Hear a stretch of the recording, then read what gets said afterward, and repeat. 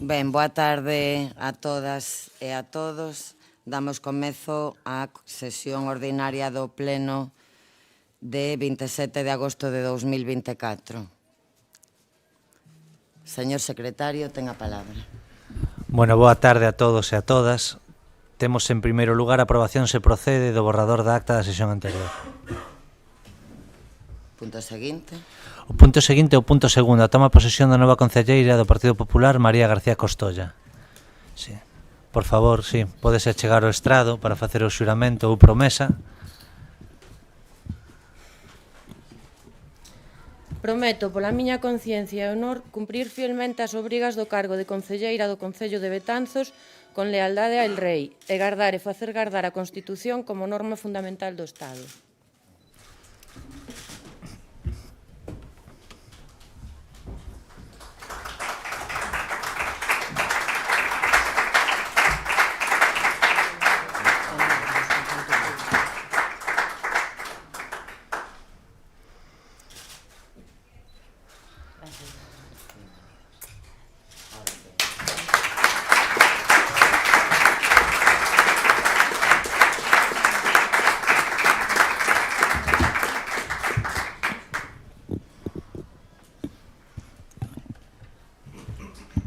Benvida á Corporación Municipal. En nome de toda a Corporación desexolle o mellor nesta etapa e que sempre sexa no ben de Betanzos. Señor secretario, punto seguinte. O punto seguinte é o punto terceiro, dar conta do cambio da adscrición dos concelleiros Pablo Villaverde e Manuel Martínez. Darse conta, punto seguinte. O punto cuarto é a dación de contas dos decretos de alcaldía e asuntos varios. Punto seguinte. E o punto quinto é a terceira modificación da relación de postos de traballo do Concello de Betanzos. Voceiro do Grupo de Goberno, ten a palabra. Grazas, señora alcaldesa. Ben, o pasado 31 de agosto do ano 2023, esta mesma sala aprobou de maneira definitiva unha modificación de postos de traballo que, baixo paraugas da Lei 20/2021 de reducción de temporalidade no emprego público, fixo posible que todos aqueles postos que tivesen natureza estrutural e que exercesen as súas funcións, polo menos durante os últimos 3 anos, fosen sometidos a un proceso de estabilización como indefinidos. Proceso que no seu día levou a cabo este Concello coa responsabilidade e brevidade máxima, facendo que o noso Concello fose unha das administracións máis rápidas á hora de consolidar devanditos postos de traballo. Ese mesmo día mencionei que esa modificación supoñía un antes e un despois en canto a relacións laborais do Concello de Betanzos. Un antes e un despois porque este proceso de estabilización supoñía unha equiparación a nivel legal entre todos os traballadores municipais, tanto o persoal laboral como o persoal funcionario, e que nos permitiría traballar nun novo documento que, como sostiven e sigo sostendo, é dinámico e que ha de seguir evolucionando en función, e como non, das necesidades dos veciños e das veciñas de Betanzos. Con esa premisa, este equipo de goberno iniciou unha rolda de contactos con todos os axentes sociais que representan aos traballadores e traballadoras do noso Concello, así como con traballadores a nivel particular, para coñecer de primeira man as necesidades e así elaborar unha proposta común que atendese aos intereses de todas as partes que conforman o Concello de Betanzos e, como non, a Mesa Xeral de Negociación. Neste sentido, foron moitos meses de traballo, meses de análisis e continuos debates con dous obxectivos comuns. Un primeiro obxectivo que é o de mellorar as relacións laborais existentes no noso Concello, dando unha prioridade máxima a aqueles postos de traballo peor remunerados, asimilar a realidade as funcións dunha gran cantidad de traballadores e traballadoras, e un segundo obxectivo e prioritario para este equipo de goberno, que era o de alcanzar o consenso unánime de toda a Mesa Xeral de Negociación. Meses de traballo que consideramos que valeron a pena. Valeron a pena porque estes dous obxectivos cumpríronse. Cumpriuse unha mellora considerable en numerosos postos de traballo, dando unha prioridade ao persoal laboral estabilizado pasado ano, cunha subida generalizada de 2 niveis do complemento de destino a todo o persoal laboral, asimilando funcións, outorgando novas funcións a diferentes postos e cunha subida maior en determinados postos que veñen a recoñecer o seu traballo diario, así como tantos anos de traballo nos que os seus salarios víronse mermados ou non actualizados pola realidade laboral que tiñan ata o pasado ano. Estas melloras supoñerán sustanciais cambios na organización e funcionamento deste Concello, onde estas mellores dos postos xa existentes tamén supoñen cambios e creación de novos postos de traballo. Cambios importantes como a dignificación de diferentes postos, como os dos conxerxes municipais, onde os seus salarios e as súas funcións sofren importantes cambios co obxectivo de dignificar a súa situación e superar o salario mínimo interprofesional imposto polo Goberno central, así como tamén adecuar as súas funcións ás realidades dos nosos días. Ao igual que coas traballadoras do Servicio de Axuda no Fogar, onde estas traballadoras van a ver reflectidas, se van a ver reflectidas cunhas melloras nos seus grupos e niveis e, por conseguinte, unha importante mellora que ven a recoñecer e a dignificar un traballo de suma importancia a nivel social. Tamén hai modificación de funcións nos postos de profesores e profesoras do Conservatorio Municipal, onde xa se recolle a creación da prometida Escola Municipal de Música e amplíase a xornada completa ao posto de dirección.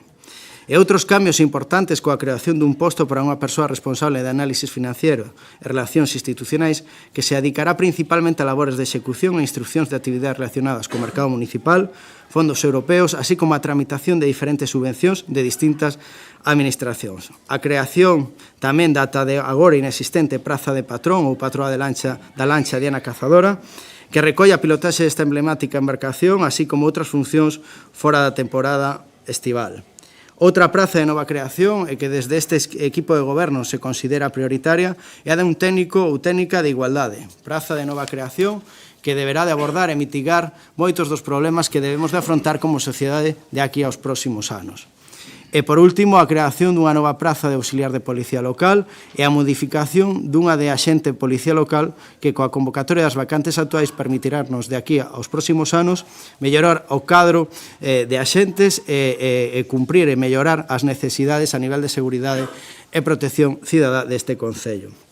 En definitiva, estamos ante un documento moito máis completo e asimilado á realidade. Un documento que tamén compre con ese segundo obxectivo clave fixado por este equipo de goberno. O obxectivo de conseguir un consenso de toda a mesa xeral de negociación.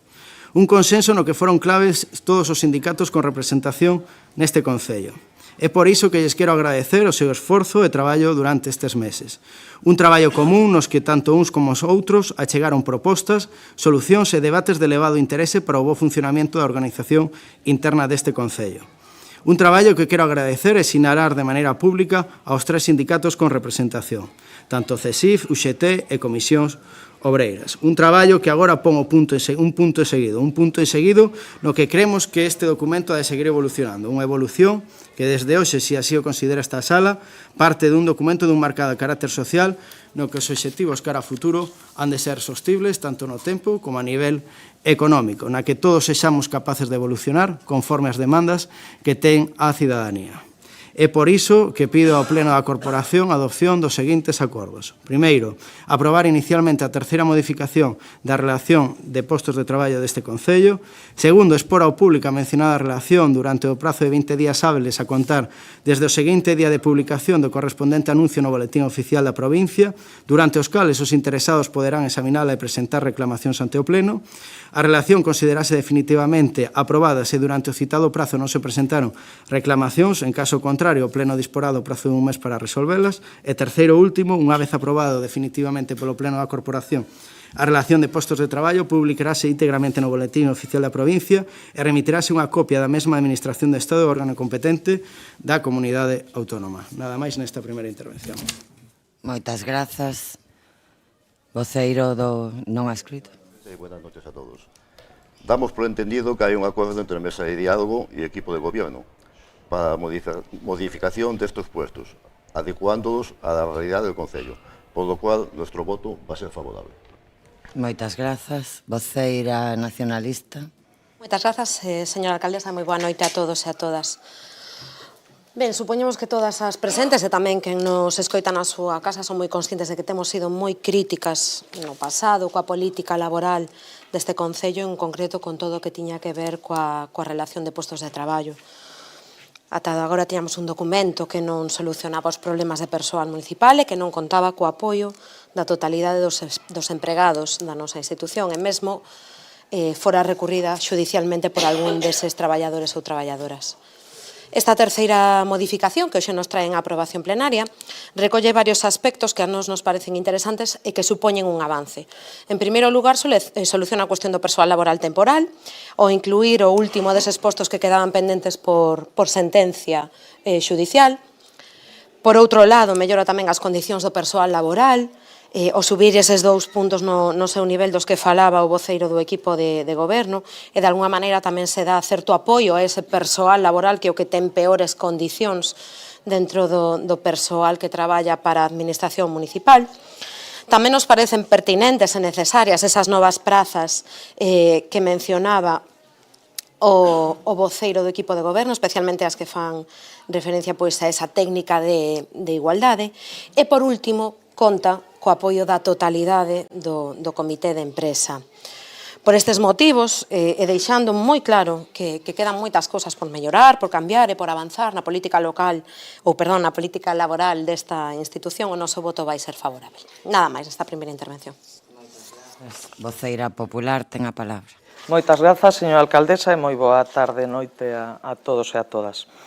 Ben, pois é certo que a relación laboral do Concello de Betanzos leva un tempo que non fai máis que mellorar, que, polo tanto, é algo que temos que aplaudir e penso que todos coincidimos nesa premisa tan importante que é evidente que a todos e a todas as traballadoras do noso Concello que evidentemente fan o seu traballo, cumplen co seu traballo, non hai nada mellor, lóxicamente, que remuneralos como debe de ser, é dicir, e non se trata de premiar a ninguén, sino de darlle a cada un o que merece.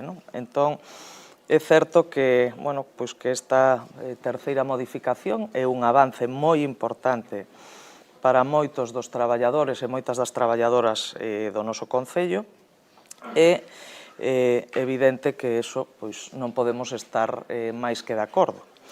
Eu teño unha dúbida con respecto aos postos de traballo a amortizar. É dicir, sabemos da creación desos 4 postos de traballo, o patrón da embarcación municipal, o técnico ou técnica de igualdade, un auxiliar de policía local e tamén un responsable de análise financiero, que é algo que tamén é importante, porque así non lo ven dicindo a intervención municipal, informe tras informe, da necesidade de planificar mellor a plantilla, de reforzar esa plantilla para poder absorber e poder asumir todas as necesidades que nesa materia ten o noso Concello. Pero sí é certo que se amortizan 2 postos, un de inspector e outro de policía local, e soamente se crea un, polo que eu entendo, en base ao que lín.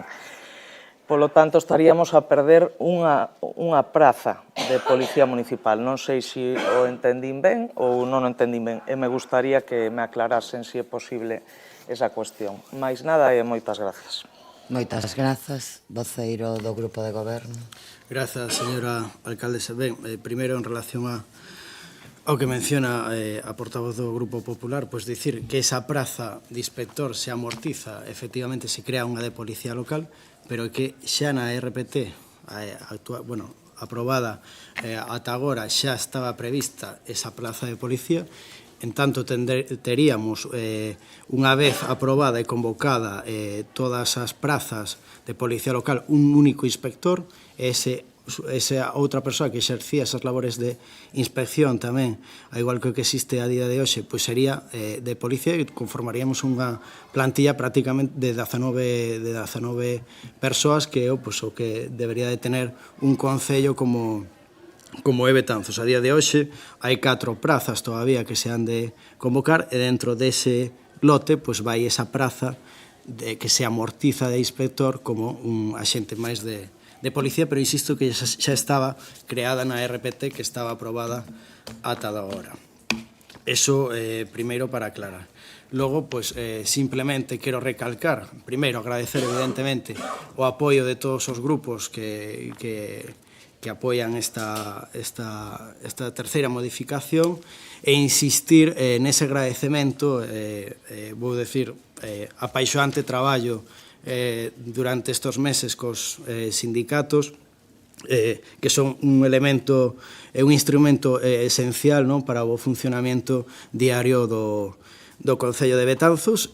Insistir nese punto seguido, queda moito traballo, estamos xa falando de outras cuestións, como é a facer un único texto refundido desta RPT, na que se sigan tocando diferentes funcións e maquillando esta RPT para que esta sexa o máis real coas necesidades, insisto, que teñen os veciños e veciñas de Betanzos, así como o día a día do Concello. Nada máis, reiterar o noso agradecemento como equipo de goberno e tamén, como presidente da Mesa Xeral de Negociación, gustaríame agradecer o apoio de todos os membros da Mesa Xeral de Negociación. Nada máis e moitas grazas.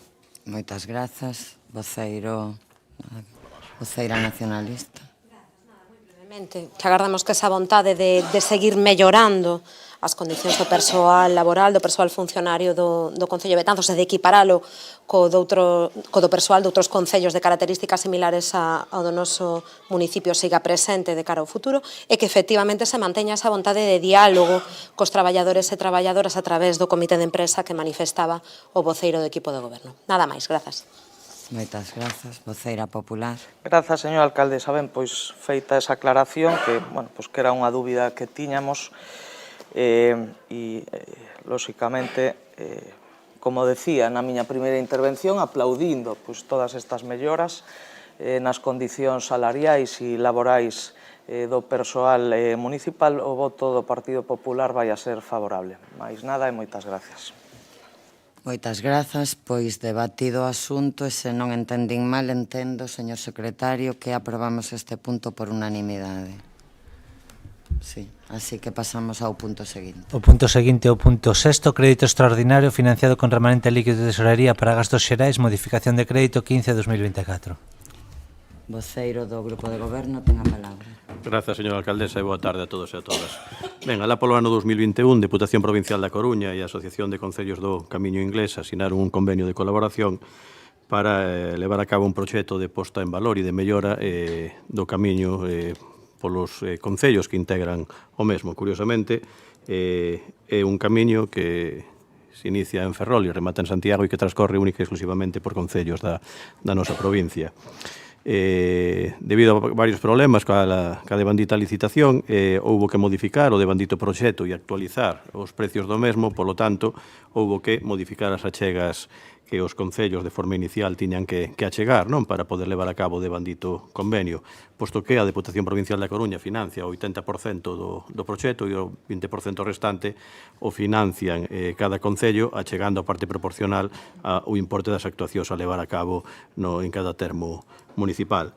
Polo tanto, ao Concello de Betanzos lle corresponde a cantidade de 6.352,70 euros para levar a cabo a súa achega e propoñemos realizar un expediente modificativo de crédito mediante a modalidade de suplemento para facer pronto o devandito pagamento que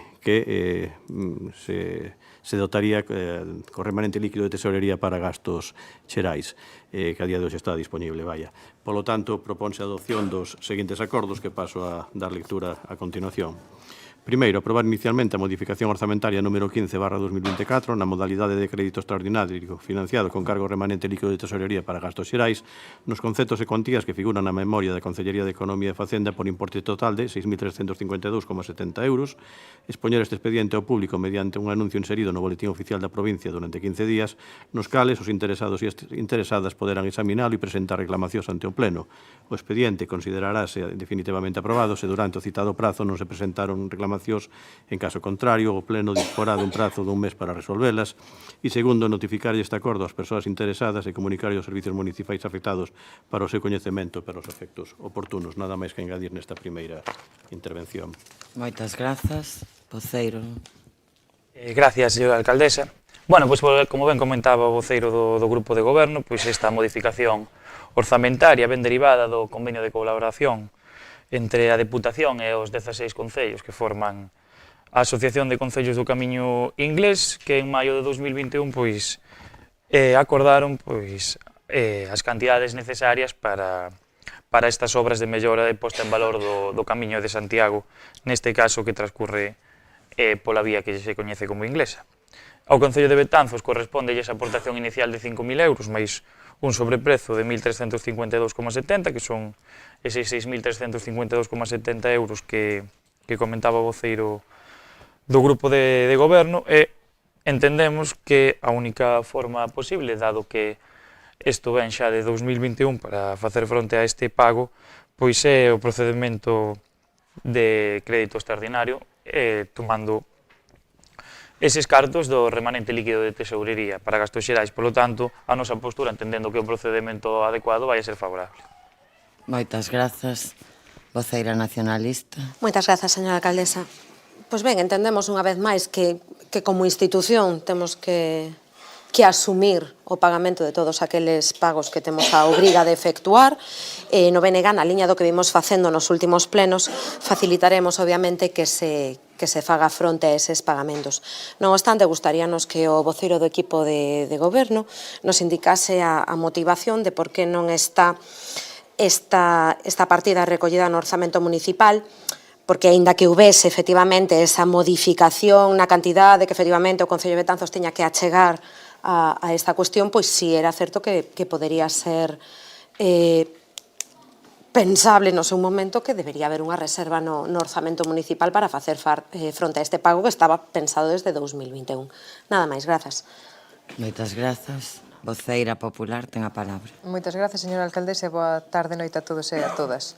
Ben, entendemos que este trámite é totalmente necesario para o correcto desenvolvemento nas melloras do Camiño Inglés ao seu paso por Betanzos e do resto dos concellos adheridos á Asociación de Concellos do Camiño Inglés. Pola nosa parte non imos poñer impedimento ningún para todo o que sexa mellor e mantemento dos nosos reclamos turísticos e culturais.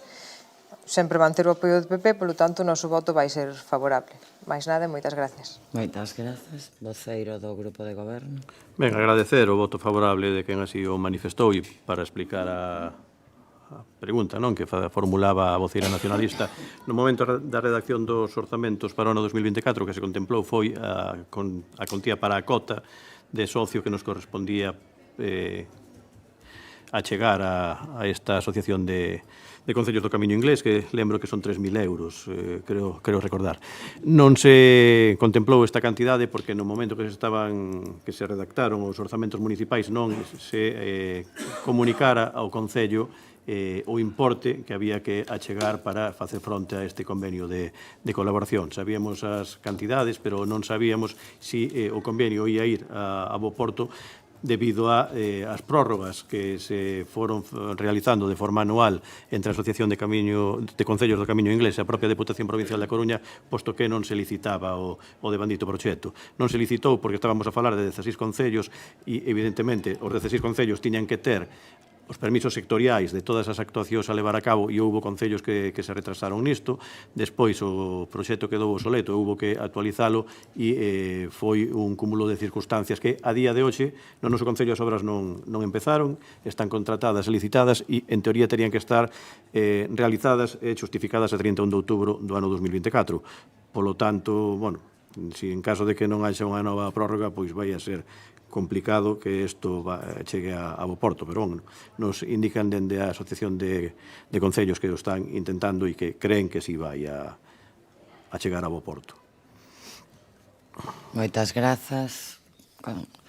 Voceira nacionalista, algo que engadir? Nada máis, simplemente agradecer a explicación e remitirme á primeira intervención. Grazas. Voceira popular? Nada, remitirme á primeira intervención tamén, gracias. Ben, pois, señor secretario, que se someta a votación este punto. Votos en contra, abstencións, votos a favor. Pois este punto queda aprobado cos votos a favor do Grupo Socialista, do Grupo de Concelleiros non adscritos, do Partido Popular e a abstención do Bloque Nacionalista Galego. Punto seguinte. O punto seguinte, o punto sétimo, suplemento de crédito extraordinario número 18/2024 para tramitar o expediente de recoñecemento extrajudicial número 5/2024 de pleno.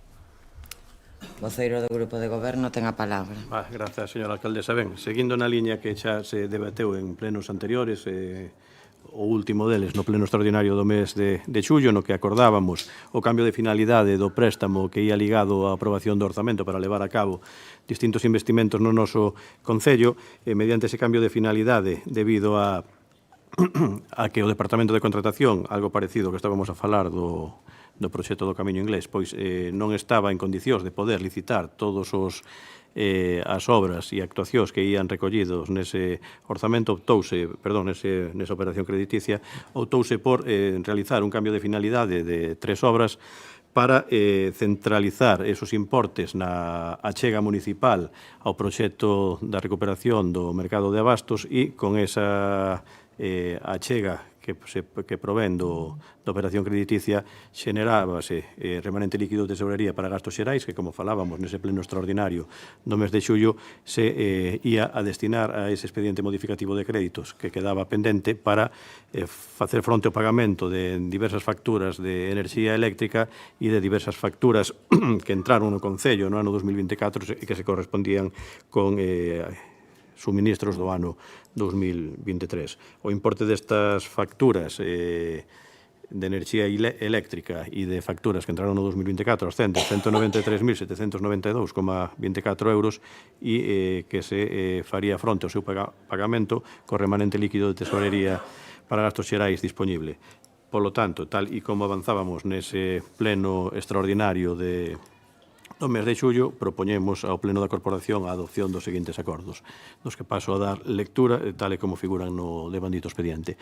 Primeiro, levantar o reparo que formou a intervención municipal no expediente 2024 T2 00009 en base ao informe emitido pola asesoría xurídica mencionado nos antecedentes. Segundo, aprobar o expediente de suplemento de crédito extraordinario financiado con cargo remanente líquido de tesorería para gastos xerais nos conceptos e contías que figuran na memoria da Concellería por importe de 192.555,53 euros, expoñer ese expediente público mediante un anuncio inserido no Boletín Oficial da Provincia por 15 días, durante os cales os interesados e as interesadas poderán examinalo e presentar reclamacións ante o Pleno. O expediente considerarase definitivamente aprobado se durante o citado prazo non se presentaron reclamacións. En caso contrario, o Pleno disporá dun mes para resolvelas. Terceiro, aprobar o expediente de recoñecemento extrajudicial 5/2024 Pleno, condicionado á entrada en vigor da modificación orzamentaria, que logo de aprobada definitivamente a modificación orzamentaria que se propón, publicada no Boletín Oficial da Provincia, tal e como corresponde, a aprobación definitiva, as facturas incluídas nas relacións F 2024/22 e F 2024/50 quedarán aprobadas ao entender que coa modificación orzamentaria existe crédito suficiente e adecuado. E cuarto e último, notificar este acordo ás persoas interesadas e comunicar aos servicios municipais afectados para o seu coñecemento e para os efectos oportunos.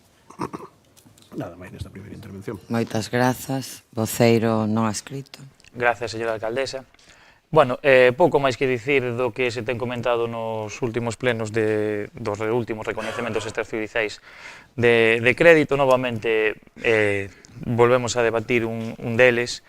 Bueno, nós estamos convencidos de que esta non é a mellor forma de facer fronte aos pagamentos. Hai facturas de máis dun ano, xullo de 2023, pero bueno, entendemos que cando se presta un servicio que menos que os proveedores cobren polo seu traballo, non? A parte, entendemos que hai facturas que, lóxicamente, entran neste ano por servizos prestados o ano no exercicio anterior. Eso sí que o vemos de forma correcta, proceder por medio do recoñecemento extrajudicial, pero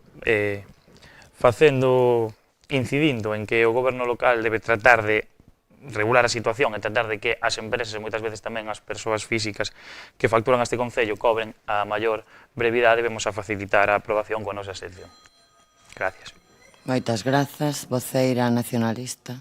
Moitas grazas, señora alcaldesa. Ben, pois como dicía tanto no punto anterior como neses plenos anteriores a que se fixo referencia nesta sala, no BNG asumimos o compromiso de facilitar o pagamento aos proveedores da nosa institución, a ese pequeno empresariado local que ten facturas pendentes de cobro por parte do Concello, para que se solucione ese problema que temos a día de hoxe. Este sería o último dos recoñecementos extrajudiciais de crédito e permitiría pechar, ou esperemos que así sexa, o tema deses pagamentos atrasados. Agardamos o próximo pleno ordinario do mes de setembro, para que se nos entregue ese plan de reaxuste que se está a elaborar por parte dos servizos técnicos municipais para poñerlle dunha vez por todas solucións a esta cuestión e para que, por favor, non se repita nos anos próximos. Nada máis e moitas grazas. Moitas grazas, voceira popular. Grazas, señora alcaldesa.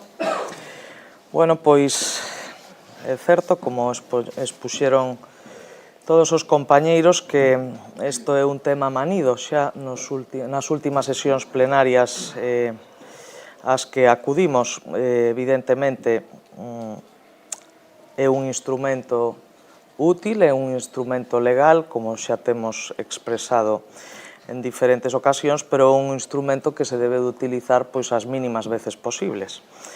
E digo isto porque evidentemente quen está detrás desto pois son persoas, e son autónomos, e son empresarios, e son autónomas, e son empresarias que evidentemente pois levan nalgún caso máis dun ano agardando para cobrar pois os traballos que xa teñen realizado. Non vou a entrar pois en todas esas cousas que xa falamos moitas veces sobre a forma de xestionar, sobre o fondo da xestión, porque, bueno, pois sería reiterar e repetir o que xa teño dito e xa temos dito en moitas ocasións. Agardamos, igual que o Bloque Nacionalista Galego, o mes de setembro, que xa está aí, para que presenten pois ese plan de axuste, ese plan de saneamento, para non ter que recorrer pois máis veces a este instrumento, que, como decía, é legal, pero debemos de utilizalo e minimizar o seu uso prácticamente hasta a inexistencia.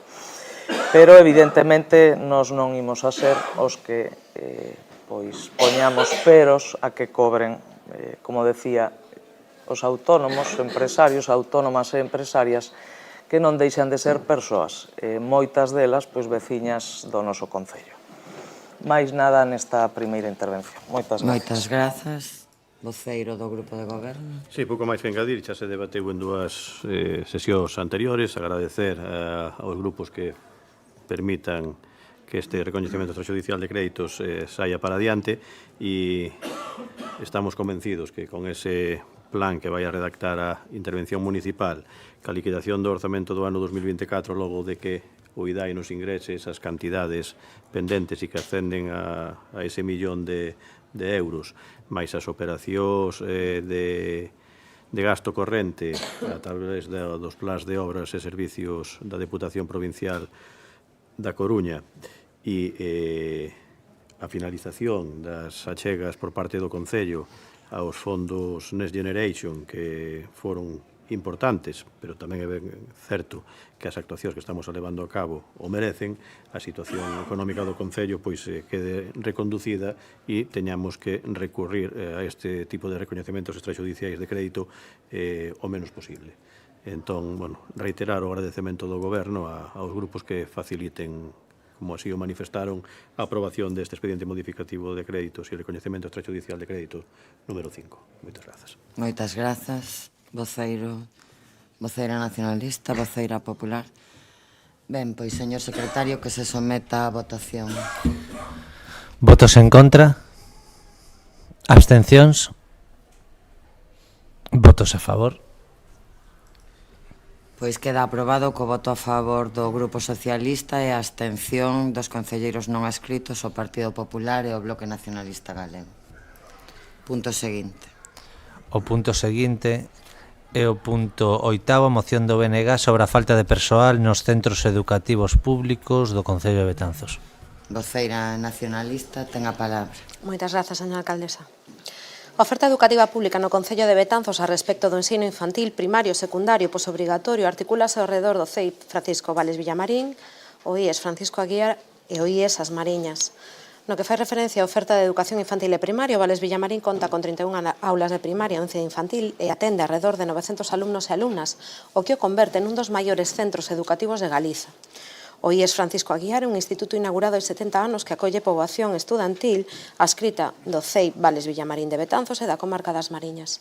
Conta cunha matrícula próxima aos 700 alumnos e alumnas distribuídos, segundo as diferentes etapas educativas, en 3 edificios independentes, un para a docencia en ESO, outro para bacharelato e outro que conta con talleres e laboratorios e onde se imparta a docencia do ciclo superior de xestión de vendas e espazos comerciais.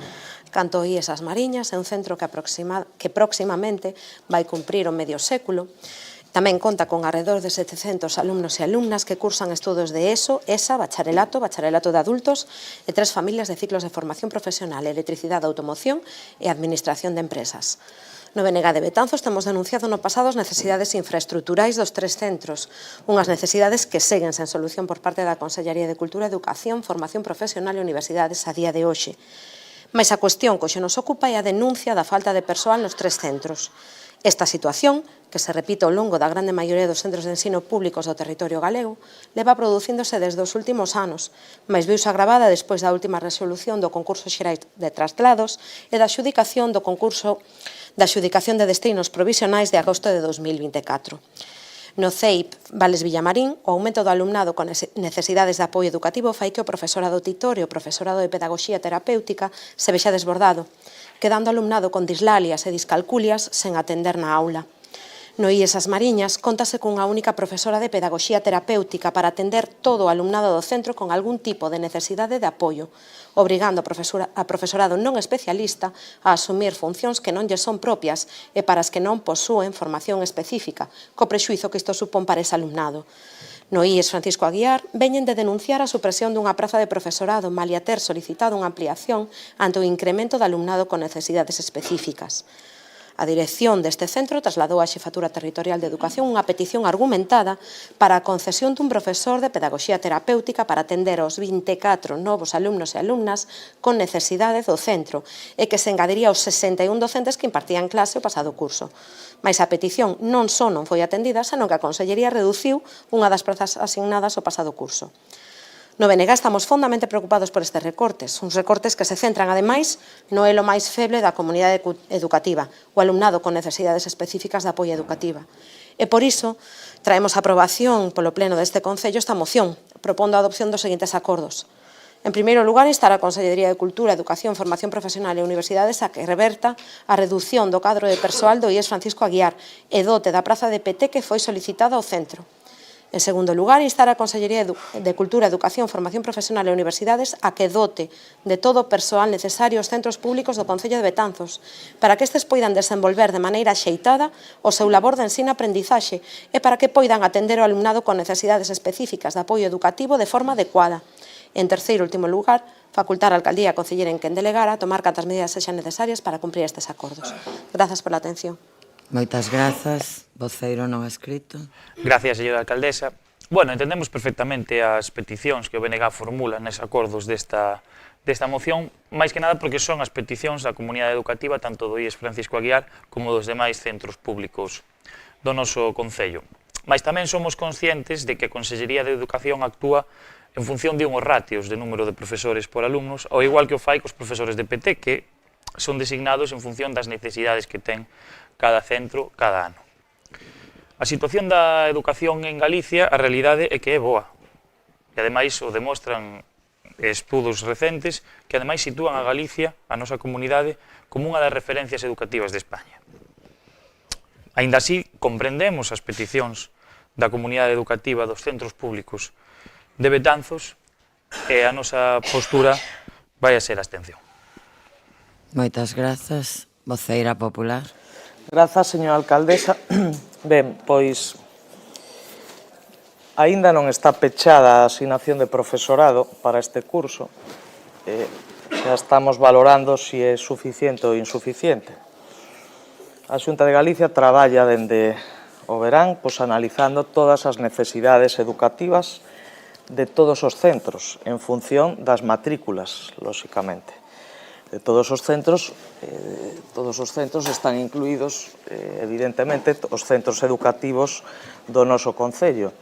Este é un análise pormenorizado, caso por caso, e, polo tanto, penso que o que temos que facer é deixar a Xunta de Galicia traballar e que unha vez remate este proceso, pois, e unha vez que comunique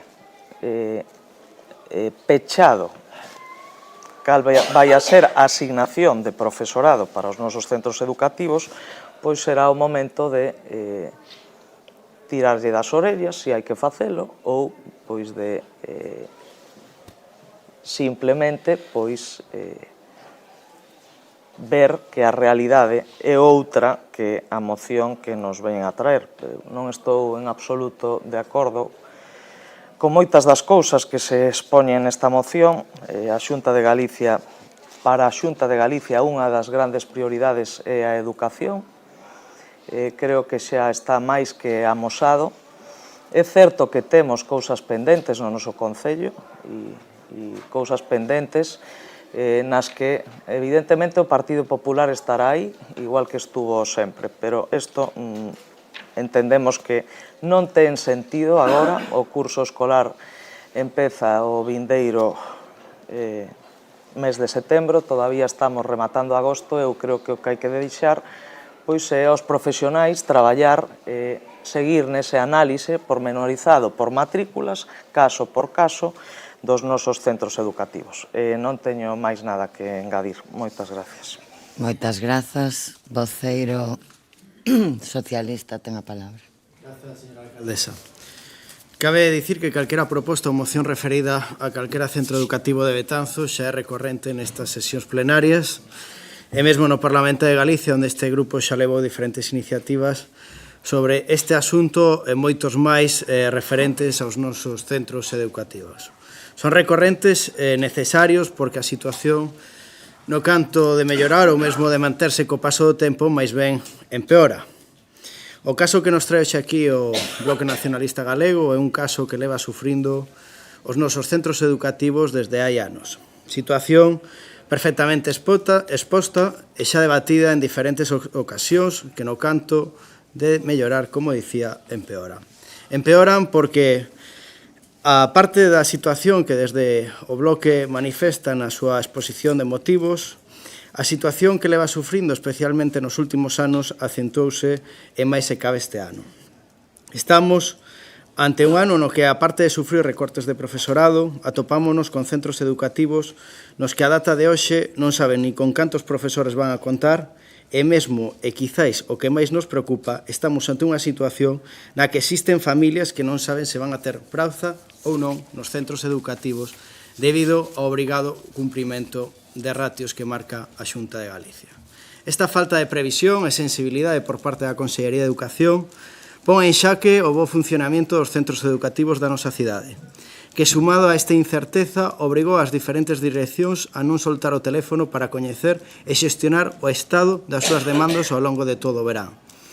Situación que, como sinalaba ao comezo desta intervención, non se ten resolto e non ten pintas de mellorar.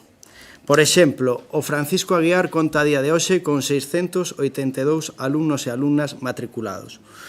Un número en constante crecemento ao longo de todo o curso.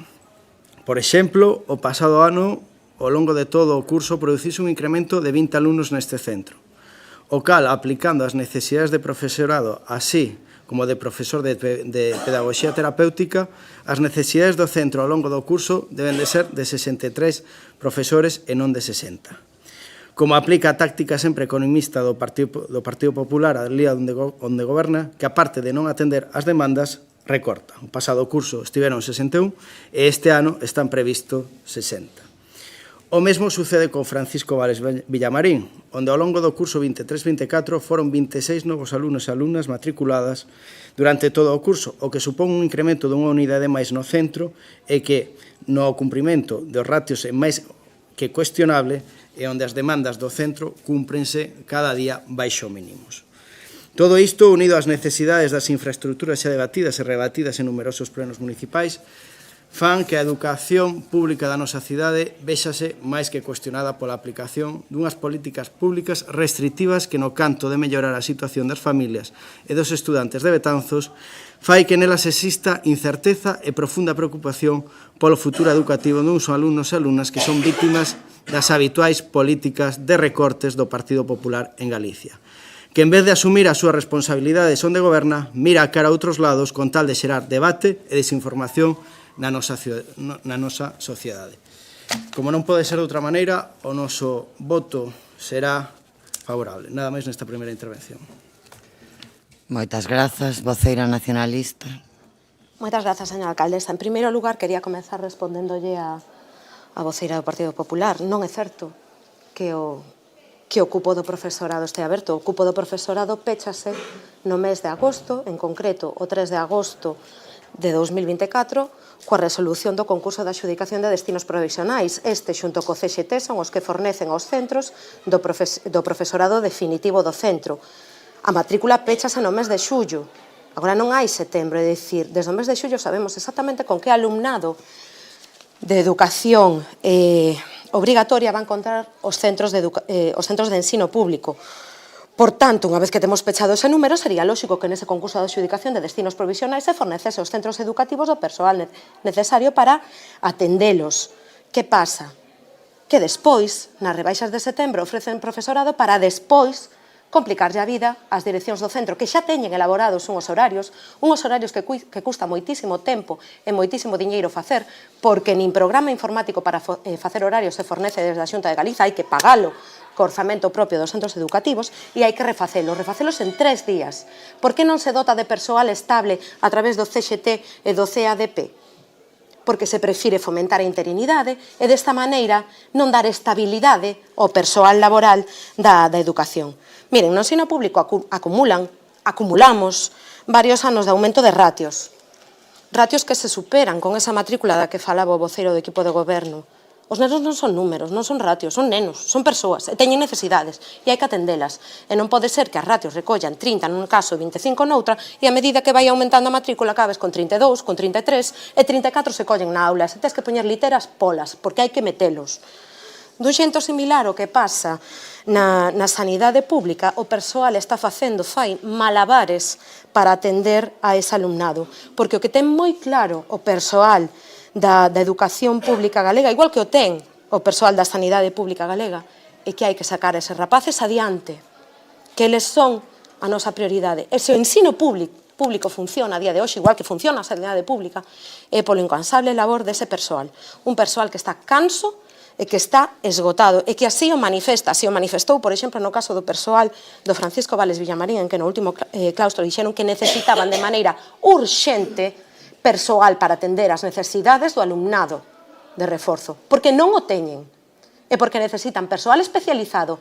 Non vale iso de decir quitalle 3 gardas a este profesor de automoción que ben pode atender os reforzos. Non, así non é, así non funciona, sabe? Esa é a preocupación da Xunta, dicir que ofertemos máis pero co mesmo, é dicir, oferta o Piale, oferta o Cuale, oferta o Erasmus Plus, pero non me pidas profesores, que non vamos gastar €1 máis, que para isto non temos. Esas son as prioridades.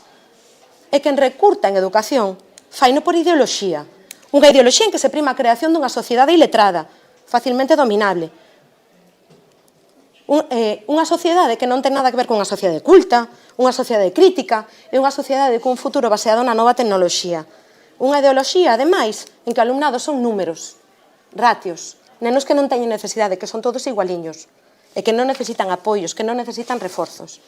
Porque iso do que falamos hoxe, do que levamos os últimos anos falando, no que o ensino público se refire. Eses recortes son os peores, os que lle afectan a esa parte máis feble da comunidade educativa, o alumnado con reforzo. Eses que parece que non importan, sabe? Privalos a eles do profesorado que necesitan é, e desculpenme a palabra, pero que non hai outra, rastreiro. E o que se está a facer nos últimos anos desde a Consellería de Educación é isto, recrutar en profesorado de reforzo. Ese profesorado que atende os nenos con TDA, con TEAs, con dislalias, con dislexias, con discalculias. E fórzase as familias a buscar, mediante medios privados, se pode. E se non se pode, eses nenos quedan expulsados do sistema. Porque hai familias que non se poden permitir un logopeda privado, un psicólogo privado ou unhas clases de reforzo privadas. Esa é a realidade do ensino público. E iso é o que hai detrás, moitas veces, deses números de fracaso escolar. Nenos aos que non se lle ofreceu un reforzo, nenos que non tiveron a oportunidade de ter un profesor de apoio, a ter un PT, a ter un profesor de audición e linguaxe. Esa é a realidade deses números tan fríos que vostedes manexan. E iso é o que se está a denunciar no Francisco Aguiar e tamén nos outros centros públicos de Betanzos. É o que vivimos en todos eles. E iso é o que debe acabar. Nada máis, grazas polo apoio dos grupos que así o manifestaron e moitas grazas pola atención. Moitas grazas, voceiro non escrito. Moi brevemente, na liña da nosa primeira intervención, non compartindo moitas das apreciacións que acaba de facer a voceira do BNG, nin tampouco a exposición de motivos, si creemos que son lexítimas e xustas as reivindicacións da comunidade educativa que están contempladas nos acordos da proposta do BNG, e nos, en principio, nos a quedar con eso que, ao final, é o importante e é o que se vai aprobar aquí. Moitas gracias. Moitas grazas, voceira popular. Moitas grazas, señora alcaldesa. Pois ben, en primeiro lugar, as ratios non as fixa a Xunta de Galicia, que é o Goberno Central, a través dunha lei estatal que acaba de modificar e non modificou esas ratios. E que eu saiba, ata onde eu sei, quen goberna no Goberno Central é o Partido Socialista, ademais, co apoio do Bloque Nacionalista Galego. Entón, non sei por que non van a petar a porta que corresponde, e petan sempre na que non corresponde. Aínda así, a Xunta de Galicia mellorou as ratios. E este curso, que se vai iniciar brevemente, esas ratios van a ser melloradas. Por dar un dato, vai haber en Galicia 4.000 nenos e nenas menos en infantil e primaria. Sabe cal vai a ser o número de aulas total? O mesmo. Sabe cal vai a ser o número de profesores e profesoras? O mesmo. Ese é a forma rastreira de actuar do Partido Popular, como vostede di. Algo que non se corresponde co que fixeron vostedes cando gobernaron, porque o Bloque Nacionalista Galego máis o PSOE pechaban 2 aulas diarias no bipartito, e os datos están aí. Por favor, pero lean os informes educativos, os informes PISA. Galicia é unha das mellores comunidades non só do Estado español, senón de Europa, nos datos educativos. Entón, terxiversar as cousas, retorcelas, eu creo que eso non nos leva a ningún sitio. Volvo a insistir no mismo, aínda non está pechada a asignación de profesorado para este curso. E se está analizando caso por caso e necesidade por necesidade. Cando este pechada, volveremos a falar. Ata o momento, o voto do Partido Popular vai a ser en contra. Moitas gracias. Moitas grazas, voceiro socialista. Grazas, señora alcaldesa. Bueno, primeiro, quero suscribir todas e cada unha das palabras que mencionou a portavoz nacionalista na súa segunda intervención. E segundo, quero invitar a portavoz do Grupo Popular, primeiro, que fale coas diferentes centros, que lle explique vostede todo o que nos acaba de explicar, e sobre todo que os escoite. E sobre todo que vostede deixe de terxiversar a realidade. Vostede acaba de suscribir tamén as miñas últimas palabras na primeira intervención, botando balóns fora. Vostedes teñen a competencia en educación na Xunta de Galicia e, por tanto, vostedes teñen que asumir a xestión educativa día a día e responder ás necesidades reais dos centros educativos.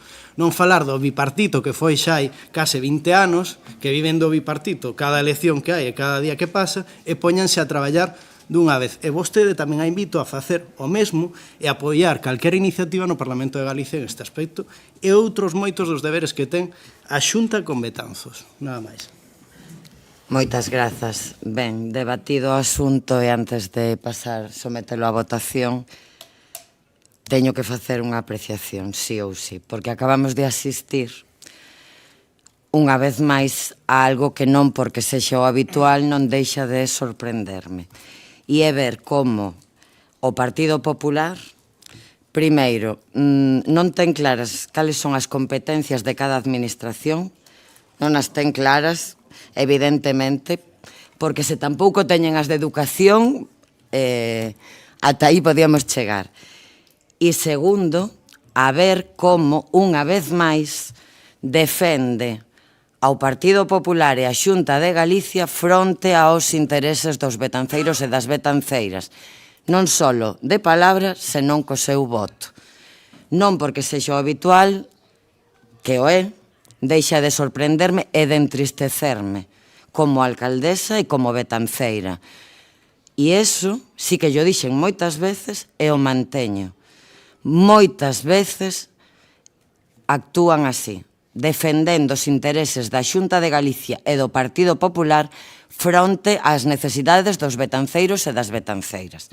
E iso de debemos deixar traballar a Xunta de Galicia. Nesta moción instase a que dote aos centros de Betanzos do persoal necesario. Nin eso son capaces de votar a favor. Por tanto, repito, con tristeza, non porque me sorprenda, que non, sempre espero que rectifiquen, a verdade, pero non, nin siquiera coa educación dos nosos nenos e nenas. Señor secretario, que se someta á votación. Votos en contra. Abstencións. Votos a favor. Pois este punto queda aprobado co voto favorable do Bloque Nacionalista Galego e do Partido Socialista, a abstención dos concelleiros non adscritos e o voto en contra do Partido Popular. Punto seguinte. Un segundiño.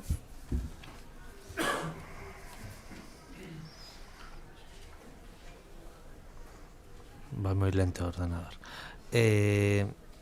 O punto seguinte é o punto 9, moción do BNG sobre a situación do Centro Internacional de Estampa Contemporánea, CIEC. Voceira nacionalista ten a palabra. Grazas, boas noites a todas e a todos. O Centro Internacional de Estampa Contemporánea constitúe unha das xoias singulares co que contamos no noso concello.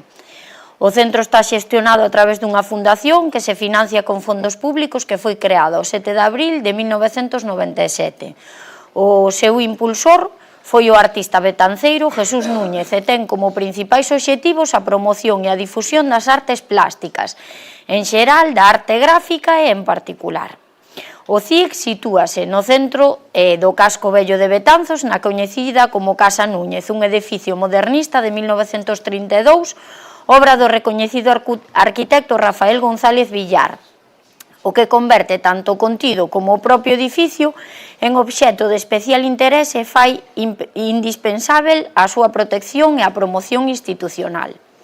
A Fundación do CIEC réxese por un padroado integrado por representantes institucionais da propia familia Núñez, mais a veciñanza de Betanzos pouco coñece do funcionamento da xestión desta fundación, que funciona en parte con fondos municipais. Logo do pasamento de don Jesús Núñez a finais do 2023, este deixaba a súa participación na fundación, a súa parte da Casa Núñez e a súa obra artística ao Concello de Betanzos. A comenzos do 2024, o BNG de Betanzos presentamos unha moción ao Pleno da Corporación co fin de coñecer o contido das 3 auditorías sobre a fundación, unha artística, unha arquitectónica e a outra económica. Neste momento, desde o Goberno local indicouse que se estaba a traballar neses documentos e que se lle ofrecía a todas as betanceiras a información resultante en canto se contase con ela. A día de hoxe, non se deu conta das auditorías realizadas e non se informou sobre o mapa de ruta para o funcionamento futuro do CIEC, centro artístico de referencia a nivel internacional, que para isto sería importante valorar a participación do tecido cultural da propia comarca e do país, e a colaboración dos centros de ensino, asociacións culturais na popularización tanto da súa colección como das súas actividades. Mentres que as betanceiras seguimos en esta información, no CIEC estánse a organizar diferentes eventos culturais coa participación municipal. É por todo o exposto con anterioridade que o Grupo Municipal do Bloque Nacionalista Galego propón a adopción dos seguintes acordos. 1. Instar ao Concello de Betanzos a facer público o resultado das auditorías que foron realizadas nos meses pasados sobre o CIEC. 2. Instar ao Concello de Betanzos a informar sobre a situación organizativa do CIEC e sobre as actividades culturais que se pretenden realizar no mencionado espazo. 3. Instar ao Concello de Betanzos a informar sobre os plans de futuro que se recollen para o CIEC. E 4, facultar a alcaldía e a concelleira en quen delegar a tomar cantas medidas sexan necesarias para cumplir estes acordos. Grazas. Moitas grazas. Concelleiro non adscrito. Gracias, señora alcaldesa. Bueno, dende o pasamento de Jesús Núñez no pasado mes de outubro son varias as ocasións nas que os membros desta corporación temos debatido sobre o futuro da Fundación CIEC e sobre o papel que o Concello debe desenvolver na mesma. Xa nunha comisión de entes nos que participa o Concello, a señora alcaldesa nos informaba nese momento da situación, das sucesivas reunións do padroado que se iban acometendo. Esta información tamén foi trasladada máis tarde ao pleno da corporación, mas como día a moción do BNG, pois quedamos á espera do resultado das tres auditorías, da artística, da arquitectónica e da económica. Tendo en conta que dende a alcaldía xa naquel momento se manifestaba que a situación económica da fundación non era boa, mas tendo en conta tamén que estamos a falar dun centro artístico que entendemos que é fundamental para a vida cultural de Betanzos, temos unha mostra nas nosas rúas do casco histórico, como son as balconadas, que todavía durante estes principios do mes de setembro van a estar colgadas e convertindo a Betanzos nun museo ao aire libre. Creemos que este tema é de vital importancia, e entendendo así, entendemos que tamén é de vital importancia que a información que solicita a moción do BNG pois se faga pública e se traslade xa non só os membros da corporación, senón a veciñanza en xeral. Por lo tanto, o noso voto vai a ser favorable. Moitas grazas. Voceiro popular. Grazas, señora alcaldesa. Ben, protexer as nosas xoias, pois, lóxicamente, é un deber desta corporación, e protexer o legado de Xesús Núñez, que tan xerosamente, pois, dou a Betanzos, pois, é unha desas obrigas, non? Xa en anteriores plenos cuestionamos e preguntamos sobre o resultado destas auditorías, e, bueno, estamos á espera un pouco de que se faga esa notificación. Entendemos que, desde logo, o resultado desas auditorías serán a folla de ruta posterior para tomar as decisións oportunas e darlle pois, o funcionamento correcto e o que sea necesario para o CIEC, non? Entendo que, bueno, na moción se pide que se faga que esos datos se faciliten, pero, bueno, entendo que hasta que as auditorías se fagan efectivas, pois eses datos non vamos poder telos, non? Preocúpame, pois, a deficiente estado económico do Concello, que, claro, que esperemos que non sexa un impedimento, para poder facer fronte a esas necesidades inmediatas que poida ter o CIEC en base aos resultados das auditorías. Por suposto, este é un tema, entendo que é vital para Betanzos e, por suposto, o noso voto vai ser favorable. Moitas grazas. Ben,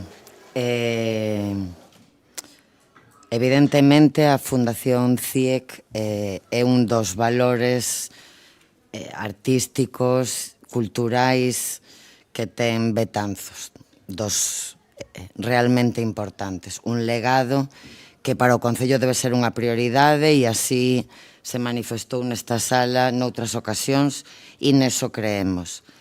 O resultado das tres auditorías está aquí, vais a repartir agora a todos os grupos, pero a situación na que se falou na última xuntanza que tivemos nesa comisión non mudou ata o de agora. O que é a realidade económica, falando claro da fundación, a día de hoxe todavía non a temos dun xeito oficial. Nun primeiro momento, como sabe toda a corporación, trasladóusenos de palabra unhas cantidades en torno a 250.000 euros de débeda. Mais adiante, eses números variaron e baixaron a uns 150.000 euros de débeda, que é o que teño aquí, pero nun Excel. Entón, estamos á espera un pouco de que de forma oficial nos poidan trasladar esa débeda real. A partir de aí, pois primeiro os servizos técnicos municipais terán que facer os informes pertinentes e despois a corporación decidir. Como saben, todos os membros da corporación, na fundación está a alcaldía, están membros da familia Núñez e Galilea e despois está un secretario alleo a ambas partes, por así decir. Si tuvo varias xuntanzas para falar deste tema e de outros temas, do presente e do futuro da Fundación, que de momento segue a elaborar o director da Fundación, que xa era, que a día de hoxe segue a ser, porque non houve cambios nese senso, porque unha das condicións para que a metade do edificio que non pertence ao Concello, que pertence á Fundación, pase a ser do Concello, as condicións son varias. Unha, como saben, como xa se dixo nesas comisións, era que o persoal da Fundación continúe, e vai a continuar como persoal da Fundación, e a outra é que o Concello asuma esa débeda. Para asumir esa débeda ou non, en primeiro lugar, temos que coñecela de xeito fiable. Falamos de que somos unha administración pública, non somos un ente privado, nin... Entón, estamos todavía á espera desa oficialidade, deses números que, a día de hoxe, son, e se queren poden mirar este cadro, que non é máis que un Excel, e que suman 154.866,14 euros. Pero estamos á espera desa oficialidade, por así decir. A partir de aí, faránse, como xa se dixo, eses informes, e o Pleno da Corporación tomará a decisión de aceptar ou non presidir a Fundación nesas condicións. Cal é a postura do equipo de goberno actual, como xa se dixo noutras ocasións? Pois entendendo que é unha prioridade manter e poñer en valor ese legado que, como moi ben decía o voceiro popular e moi ben se di na moción, pois entendemos que debe ser unha prioridade para o Concello, que o Concello debe facer un esforzo. Entendemos que outras administracións públicas tamén. Todos e todas os que falamos con Jesús Núñez en algún momento sabemos cal era a súa vontade. A súa vontade era que o Concello asumise, presidise a Fundación, co que eso conleva. El quería que a súa vivenda particular o día de mañá sexa unha casa museo, que o Concello presidise esa fundación e que a fundación contase con fondos municipais, pero tamén doutras administracións. E o Concello velará para que outras administracións tamén poñan o seu grau de area. Eu, como alcaldesa, teño pedida unha xuntanza co conselleiro de Cultura para tratar varios temas, entre outros este, entendendo que tanto a Deputación da Coruña como a Xunta de Galicia tamén deberían estar aí e apoiar algo tan importante e tan único como é este Centro Internacional da Estampa Contemporánea. Poderían entrar a participar na Fundación, xa se falou aquí, outras entidades privadas relevantes vinculadas a Betanzos? Podería ser, pero as públicas eu entendo que debemos estar o Concello o primeiro. Para iso será o Pleno que tome esa decisión. Para iso temos que ter todas as cartas en riba da mesa. E para iso, como dixen naquela comisión, a situación non mudou, seguimos a esperar esa oficialidade dos números, porque é unha condición para que a metade do edificio que é da Fundación pase a ser municipal e sexa o Concello, por así decir, o propietario de toda a Casa Núñez no seu conxunto. E así poder presidir a Fundación CIEC, que sería a propietaria da obra. A obra é da Fundación CIEC. O Concello sería o propietario do edificio e da obra de Jesús Núñez que está na súa vivenda, que tamén hai de pintura e de escultura. Pero da obra que está na Fundación, esa sala Jesús Núñez e toda a obra, a propiedade é da Fundación. Que quede claro. Entón, esa é a situación actual, non mudou moito da que se falou no seu momento. O que sí vamos a repartir as 3 auditorías, por favor, aos 3 grupos.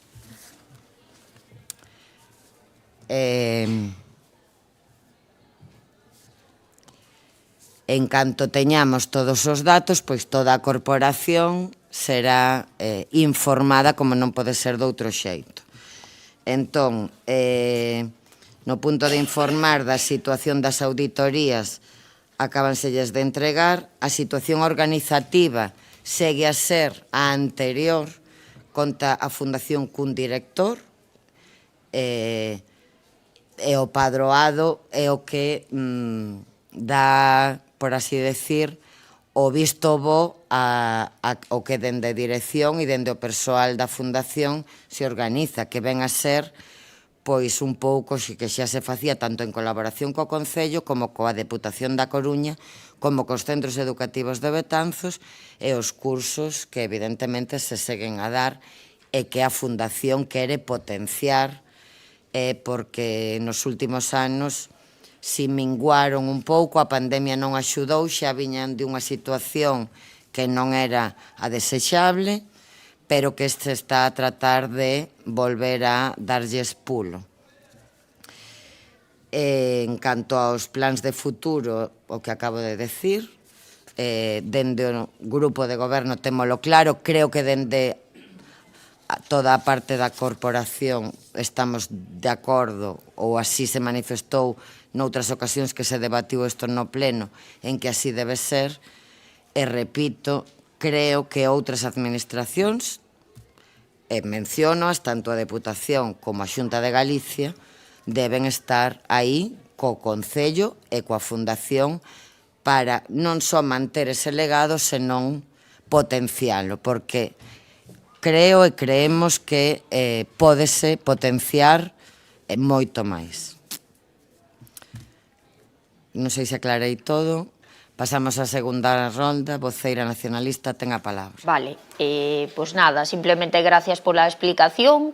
Esta moción é unha moción constructiva, de decir, o que intentamos é que polo menos os veciños do pueblo coñezan como funciona esa fundación e coñezan as opcións que teñen para tanto culturais como de pintura ou do legado que Jesús deixou. Parécenos eso, un legado excepcional, un motor increíble para a nosa comarca e esperamos que se consiga facer como motor cultural que realmente se merece. Nada máis, grazas. Moitas grazas. Voceiro non ha escrito. Nada máis, agradecer as explicacións por parte da alcaldía o facer pública, pública non, para entregar aos membros desta corporación e a ambos os grupos estas auditorías e, seguimos a espera de coñecer esa realidade económica que ao final é o punto que vai a ser determinante para ver se o Concello pode ao final asumir esa totalidade da fundación. Moitas gracias. Moitas grazas, voceiro popular. Pois estaremos atentos aos resultados finais. Este vemos que é un informe contable, non unha auditoría final. Entón, estaremos atentos aos resultados, a ese estudo económico e, os seguintes plenos, entendo que debatiremos de novo. Moitas gracias. Pois esa é a realidade. En canto teñamos calquera outra información, eses datos, a corporación evidentemente será a primeira en sabelo. A partir de aí, como decía, entendo que os servizos técnicos municipais deben elaborar os seus informes e será o pleno que decida cal debe ser o paso que debe dar o Concello, entendendo que no fondo estamos todos e todas de acordo. Entón, evidentemente, o noso voto vai a ser favorable á moción.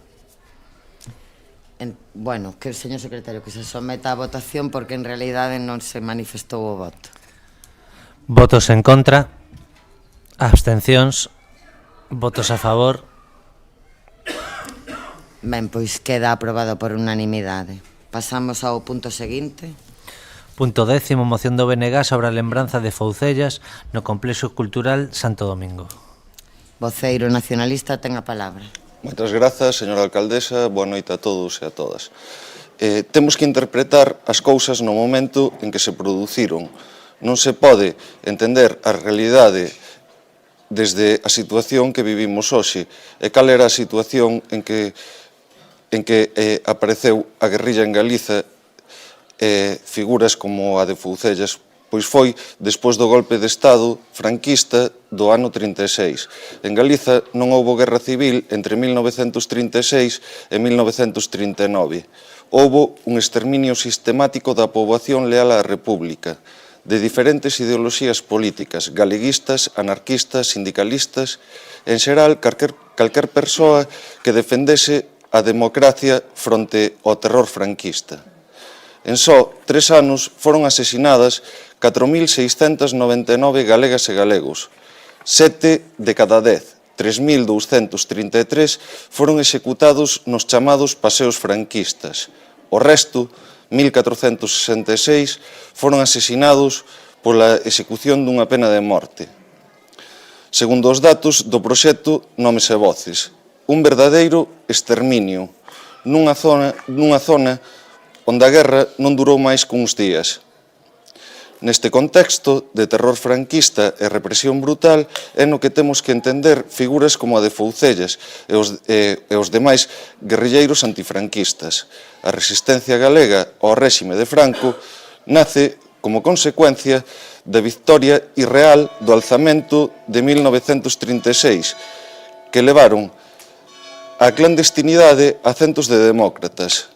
Cando a República foi derrotada, os sobrevivintes comenzaron a organizarse e nace así a guerrilla antifranquista, que durou ata a década dos 50 do século pasado. A figura de Foucellas é a dunha persoa que loitou polo réxime democrático, polos dereitos civís e políticos das galegas e os galegos. E por iso, desde o Bloque Nacionalista Galego, pensamos que merece un recoñecemento público. Benigno Andrade naceu un 22 de outubro de 1908 nas Foucellas, un lugar da aldea de Cabrui, no concello de Mesía, de onde colle o seu alcume, e foi axustizado mediante o garrote vil o 7 de agosto de 1952 no cárcere da Coruña.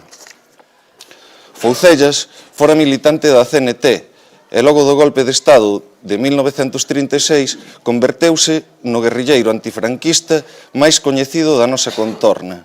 Viviu 16 anos fuxido nos montes e participou do exército guerrilleiro de Galiza. En 1947 partiu a Pontevedra para organizar a quinta agrupación, da que foi o principal combatente. O seu periplo rematou en marzo de 1952, cando foi detido no lugar de Costa, no actual concello de Oza-Cesuras, nun enfrontamento ca Garda Civil. Foi condeado en Consello de Guerra sumarísimo a 3 penas de morte, mais antes dese xuízo e de ser agarrotado, foi levado ao antigo cuartel da Garda Civil en Betanzos. Ali, baixo tortura, confesou a axuda que lle prestaran moitos alcaldes dereitistas da zona. O antigo cuartel da Garda Civil de Betanzos situábase no que hoxe é o Museo das Mariñas, nas dependencias do antigo convento de San Domingos. Este museo está adicado á historia e á arte da comarca das Mariñas, mas carece de ningunha mención a este episodio da nosa historia. A lenda de Foucellas é o relato que nos trasladou o réxime franquista, co que buscaba escurecer a súa figura e crear un rexeitamento no pobo. Era unha maneira de aillar aos guerrilleiros e de xustificar, de algunha maneira, a represión brutal aos asesinatos das persoas que defendían a liberdade política en contra do réxime de Franco. Coñecer a nosa historia é fundamental para non repetila, mas tamén é necesario coñecer e pôr en valor as figuras das persoas que loitan pola liberdade. É necesario un compromiso real das administracións ca memoria democrática, que ata o momento se centra en traballos de asociacións e colectivos cidadás, como a Asociación pola Recuperación da Memoria Histórica, que traballa nese eido. Aínda esta pasada semana se produciu a exhumación dunha fosa común franquista grazas a unha asociación de recuperación da memoria histórica estatal no concello de Mesía. É certo que houbo avances coa aprobación de leis de recuperación da memoria desde o Goberno do Estado, pero queda moito por facer, en devolver a dignidade ás vítimas, en recoñecer a figura destas persoas.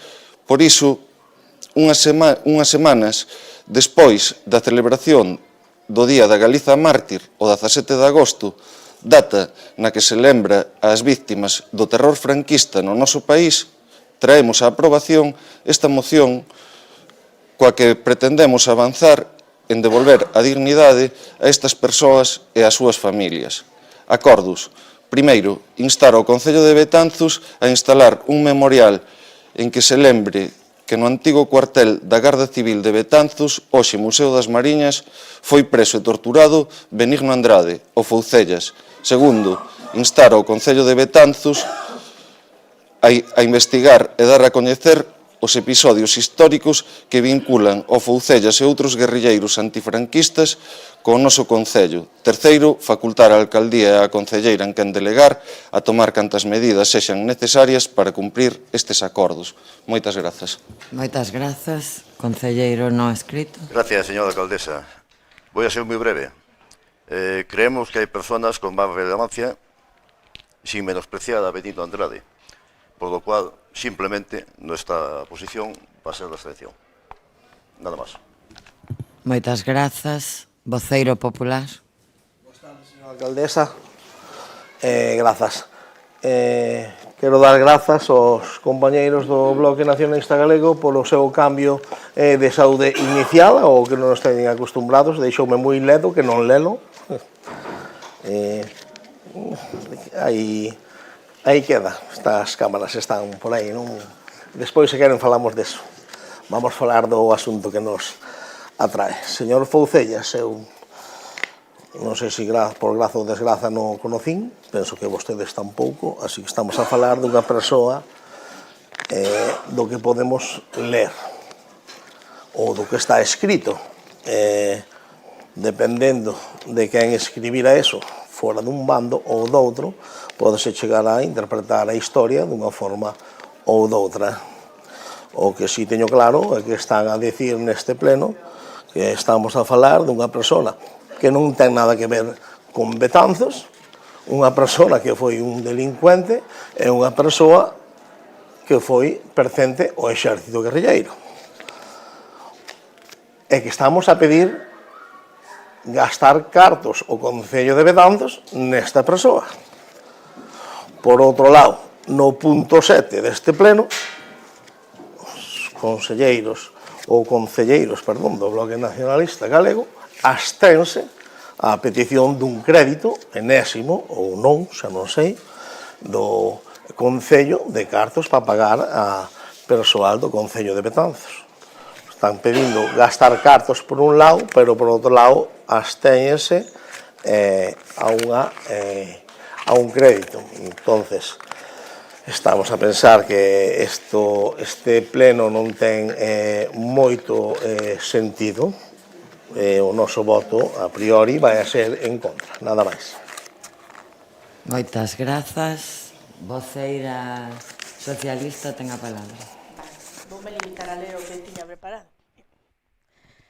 É incuestionable que non esquecer a nosa historia, que aínda para algúns, se xa este moi lonxana xa, forma parte do noso pasado moi recente, históricamente falando.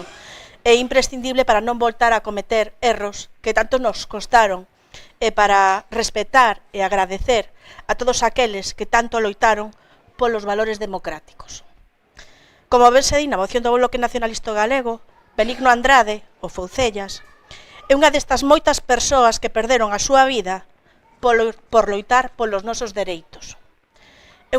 Esta figura garda relación con Betanzos, o ser no cuartel da Garda Civil de Betanzos, que estaba enclavado no que hoxe é o Museo das Mariñas, onde estivo retido, encarcelado e confesou baixo tortura.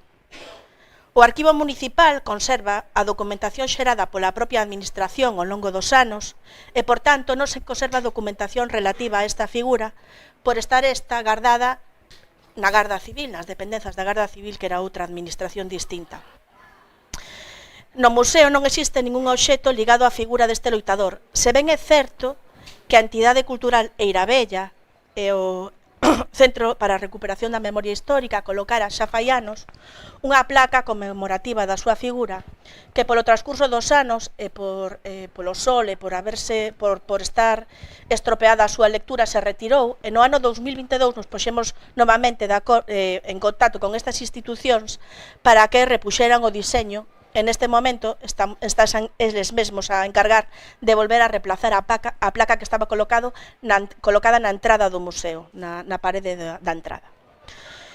Así mesmo, dende a BAM, estánse a diseñar novos materiais didácticos por parte da dirección do Museo das Mariñas, onde aparece a memoria do Foucellas e a propia memoria do edificio. O Concello de Betanzos colaborará sempre coa divulgación destos feitos. É unha obriga da Administración, como establece a Lei 20/2022 de Memoria Democrática, divulgar todas aquelas accións que teñan que ver coas víctimas da represión e persecución no eido do fascismo, integrada cas persoas asesinadas, detidas, torturadas, exiliadas, perseguidas pola súa orientación sexual, pola utilización da súa lingua, polas súas creencias, as que foron depuradas profesionalmente ou represaliadas a nivel económico.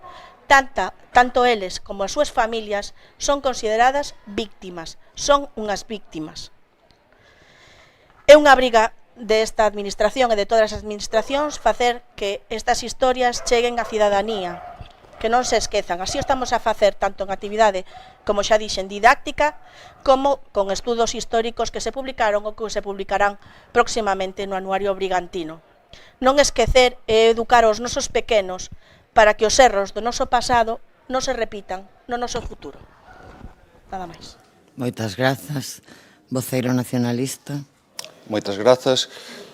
Como xa dixen na anterior intervención, as cousas hai que interpretalas no momento en que se produciron, que non é o actual. A Garda Civil, despois do golpe de Estado franquista, non era a Garda Civil actual, que fai traballos de seguridade da veciñanza ou de control de tráfico. A Garda Civil, naquel momento, era a ferramenta do réxime para exercer a represión e o terror contra a poboación. Foucellas, pola súa posición política e sindical, sería represariado, igual que o foron as máis de 4.000 persoas no noso país. Asasinado, se non chega a escapar ao monte, a súa loita foi para derrocar unha dictadura que acabou co sistema democrático da República. O recoñecemento á figura de Foucellas e outros guerrilleiros antifranquistas é unha cuestión de devolver a dignidade ás persoas que loitaron pola liberdade do noso país. É certo que tamén en Betanzos, na última década, se produciron avances no recoñecemento ás víctimas. Por exemplo, a colocación do monolito na fábrica da Madalena, onde estivo o campo de concentración, ou os cambios nos nomes de algunhas rúas. Aínda así, queda moito por facer, como o cambio na denominación da avenida Fraga Iribarne, recoñecemento que se lle deu na súa época de ministro da ditadura franquista, como xa pedimos neste pleno, ou a eliminación dos escudos falanxistas aínda a día de hoxe presentes nalgúns edificios da cidade.